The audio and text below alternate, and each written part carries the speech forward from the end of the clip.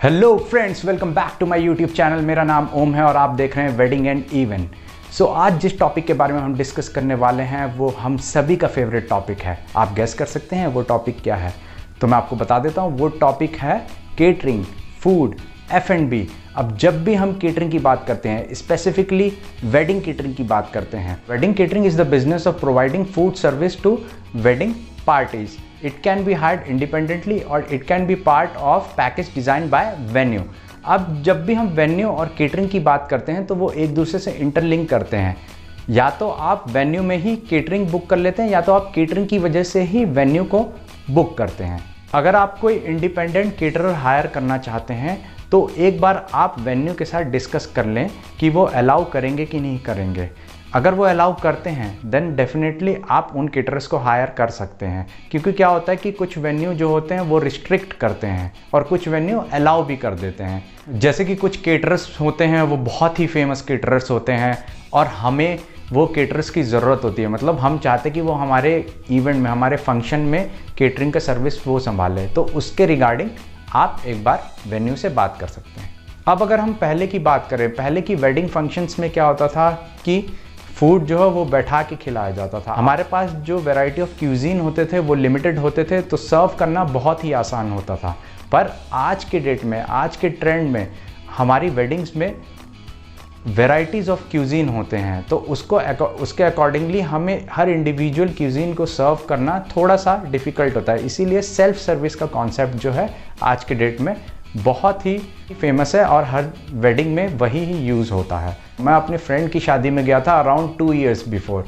वहाँ पर जब फूड सर्व हुआ था वो हमको बैठा के खिलाया गया था। तो वहाँ पर सिस्टमैटिकली फूड को सर्व किया जा रहा था। जैसे इनिशियली स्टार्टर्स दे दिए, फिर मेन कोर्स दे दिए, फिर स्वीट्स दे दिए, फिर कुछ ड्रिंक्स वगैरह दे दिए। तो उसमें क्या था, आपको अगले डिश के लिए वेट करना पड़ता है। पर जब भी आप सेल्फ सर्विस की बात करते हैं तो वहाँ पर n number of varieties of cuisine रखे रहते हैं, तो आपको जो मन चाहे आप वो क्यूजीन एंजॉय कर सकते हैं। सपोज़ आपको मान लो स्वीट्स पहले खाना है, स्वीट्स पहले खा लीजिए, मेन कोर्स पहले खाना है, मेन कोर्स पहले खा लीजिए, स्टार्टर्स बाद में खाना है तो स्टार्टर्स बाद में खा लीजिए। वो आपकी चॉइस के ऊपर है, आप अपने अकॉर्डिंगली फूड को एंजॉय कर सकते हैं। अब मैं बात करूँगा, जनरली हर स्टेट के अपने ट्रेडिशन होते हैं और ट्रेडिशनल वेडिंग में ट्रेडिशनल क्यूजीन रखना एक पार्ट ऑफ वेडिंग का एक हिस्सा है। वो इसलिए इम्पॉर्टेंट हो जाता है। मैं आपको एग्जांपल देता हूँ। जैसे कि मैं आपको एग्जांपल देता हूँ कि आप साउथ इंडियन वेडिंग में पंजाबी क्यूजीन नहीं रख सकते, क्योंकि वो आप उनके ट्रेडिशन में नहीं आता। अगर आपके क्लाइंट बोलें तो आप डेफिनेटली उनके अकॉर्डिंगली आप रख सकते हैं, बट स्टिल आप अगर ट्रेडिशन वाइज देखें तो वो मिसमैच होता है। तो आपको उस चीज़ का ध्यान रखना और उसके अकॉर्डिंगली केटरिंग पार्ट जो है वो डिसाइड करना है। अब जो मैं बात करने वाला हूँ, बेसिकली केटरिंग कॉस्टिंग कैसे निकालते हैं, सबसे इंपॉर्टेंट चीज़, क्योंकि हमको कॉस्ट भी जानना है कि केटरिंग का क्या कॉस्ट आएगा, है ना। तो अब मैं आपको बताता हूँ 2 तरीक़ों से वो एक तो कॉस्ट निकालते हैं। आपको बता देते कि इतना इतना कॉस्ट आ सकता है। एक तो पर हेड कॉस्ट होता है और एक पर प्लेट कॉस्ट होता है। दोनों में ही आप मेन्यू जो है वो कस्टमाइज़ कर सकते हैं या तो फिर उनका पैकेज भी ले सकते हैं।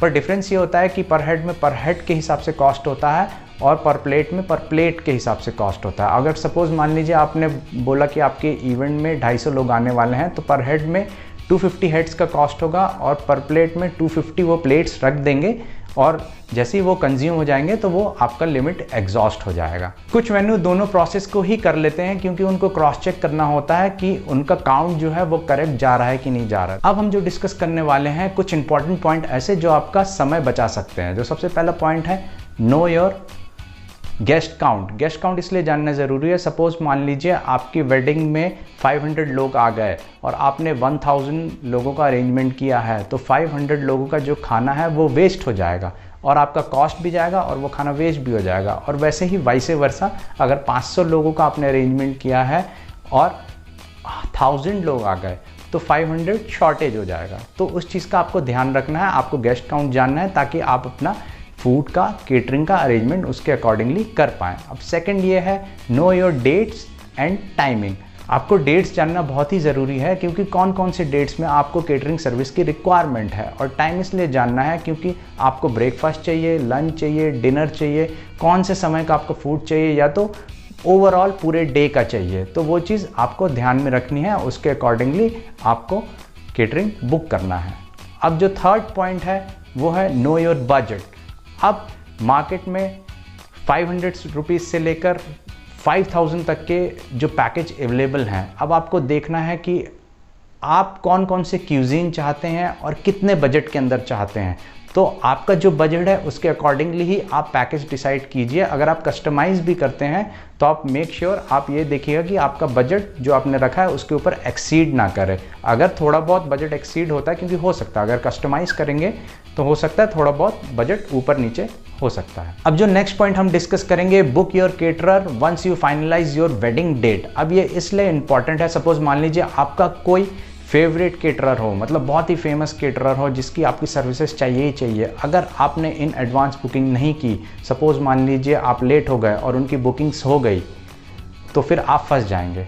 फिर आप सोचेंगे कि अब कौन सा केटरर बुक करें, तो आपका ड्रीम केटरर आपके वेडिंग में आपको अवेलेबल नहीं हो पाएगा। तो इसीलिए ध्यान रखिए, जैसे ही आप डेट्स फाइनल हो जाए आप जल्द से जल्द आप बुकिंग कर सकते हैं।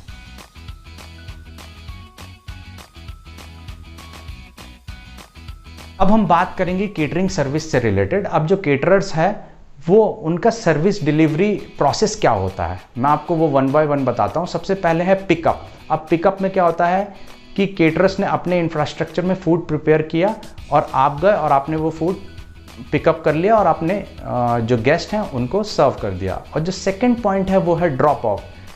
केटरर्स ने अपने ही इंफ्रास्ट्रक्चर में पूरा फूड प्रिपेयर किया, आपके एड्रेस में उन्होंने वो डिलीवर कर दिया। और जो थर्ड पॉइंट है वो है डिस्प्ले। जैसे बुफे हो गया, बैंक्वेट्स हो गए, उसमें क्या होगा कि केटरर्स ने फूड प्रिपेयर किया या तो अपने इंफ्रास्ट्रक्चर में या तो आपके वेन्यू में, और वहाँ पर उन्होंने डिस्प्ले कर दिया और आपके गेस्ट ने फूड एंजॉय किया। और the last and least full service. उसमें क्या होता है कि उन्होंने अपना पूरा इक्विपमेंट्स आपके वेन्यू में लेके आए, फूड भी वहीं प्रिपेयर किया, वहीं पर ही डिस्प्ले किया, और साथ में उन्होंने आपको सर्विसेज भी प्रोवाइड की, जैसे वेटर वगैरह भी उनके हैं।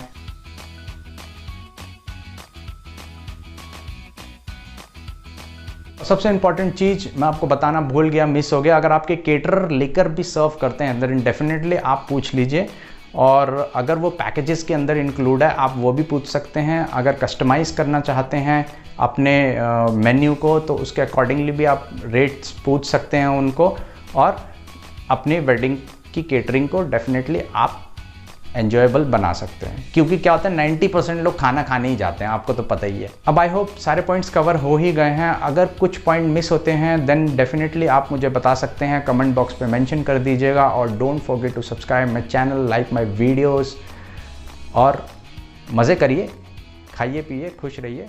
तब तक के लिए बाय बाय।